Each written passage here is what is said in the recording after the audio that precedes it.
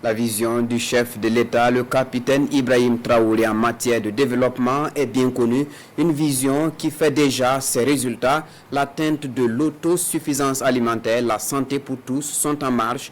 Et que dire de l'employabilité des jeunes qui a atteint un taux jamais égalé. Retour sur le volet développement de l'entretien du président du Faso avec Tanga Kafando. Monsieur le Président, pour beaucoup en Afrique, vous êtes plus qu'un président d'un pays, en fait, mais l'incarnation de renouveau panafricanisme. Le président du Faso, le capitaine Ibrahim Traoré, affiche le visage du renouveau du panafricanisme et incarne le président Thomas Sankara. C'est la perception de la journaliste du média Sputnik lors de l'entretien avec le chef de l'État burkinabé à Moscou. Une perception traduite en question, celle de savoir comment le capitaine Ibrahim Traoré porte-t-il cette responsabilité. Pour le chef de l'État, c'est une responsabilité à assumer, une pression, mais surtout une noble mission à ne pas trahir. Moi, c'est un message que la jeunesse me passe et ça me met plus la pression. Si j'arrivais à dormir 2 heures, j'ai réduit mon temps de sommeil à 1 heure et s'il ne faut pas dormir, il ne faut plus dormir.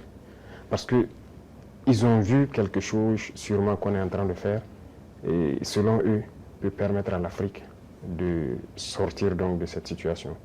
Et nous, ça nous encourage, ça nous remotive à continuer le combat. Et c'est pourquoi je dis que c'est une pression, c'est une très lourde responsabilité.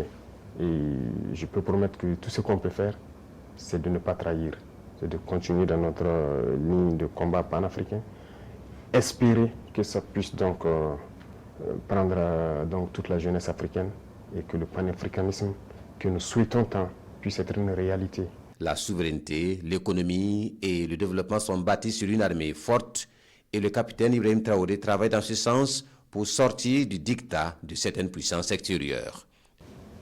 Nous étions en guerre, nous avons vécu avec les troupes occidentales et tout. Nous avons vu et nous avons décidé de nous séparer de ces troupes-là parce que ça ne cadre pas avec la lutte. Au contraire, ça amplifie le phénomène.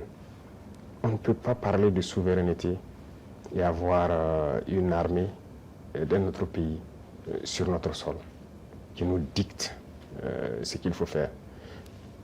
L'économie, l'éducation, tout le développement d'un pays est basé sur l'armée.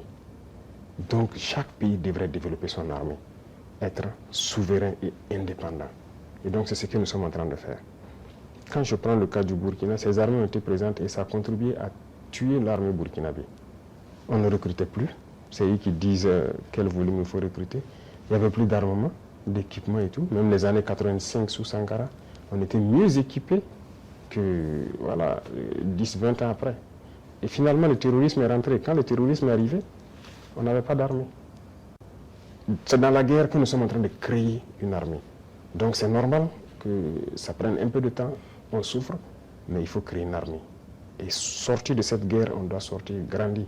Répondant à une question sur les allégations du commandant de US AFRICOM, le général Michael Langley, le président du Faso revient sur les résultats engrangés en moins de 3 ans dans divers secteurs de développement. Il a oublié de dire tout ce que nous faisons pour le Burkina. Ce que nous faisons, aucun régime ne l'a réalisé. Voilà, le développement socio-économique du Burkina. Voilà, nous sommes en train de construire beaucoup de centres de santé, équipés en appareillage, les examens médicaux, et baisser les coûts des examens médicaux. Quel régime a fait pareil? Personne. Nous sommes en train d'agir sur l'agriculture, labourer gratuitement les champs des paysans, notre production a augmenté et tout. Qui l'a fait? Personne. L'armée que nous sommes en train de créer, d'une nouvelle armée, l'armée burkinabé n'a jamais été autant fournie en effectifs, en équipement que maintenant. Qui l'a fait? Aucun régime. En matière d'emploi, aucun régime n'a créé autant d'emplois que nous l'avons fait. L'industrialisation. Peut-être que c'est ça qui les fait mal, qu'ils veulent arrêter, et il faut inventer des mensonges. En tout cas, je les invite à revoir leur copie. Pour le capitaine Ibrahim Traoré, ces allégations ressemblent beaucoup plus à de la manipulation en raison des options stratégiques opérées en matière de partenariat. Mais précise-t-il, le Burkina Faso est libre de lier des relations avec qui il veut, conformément à son statut d'État indépendant et souverain.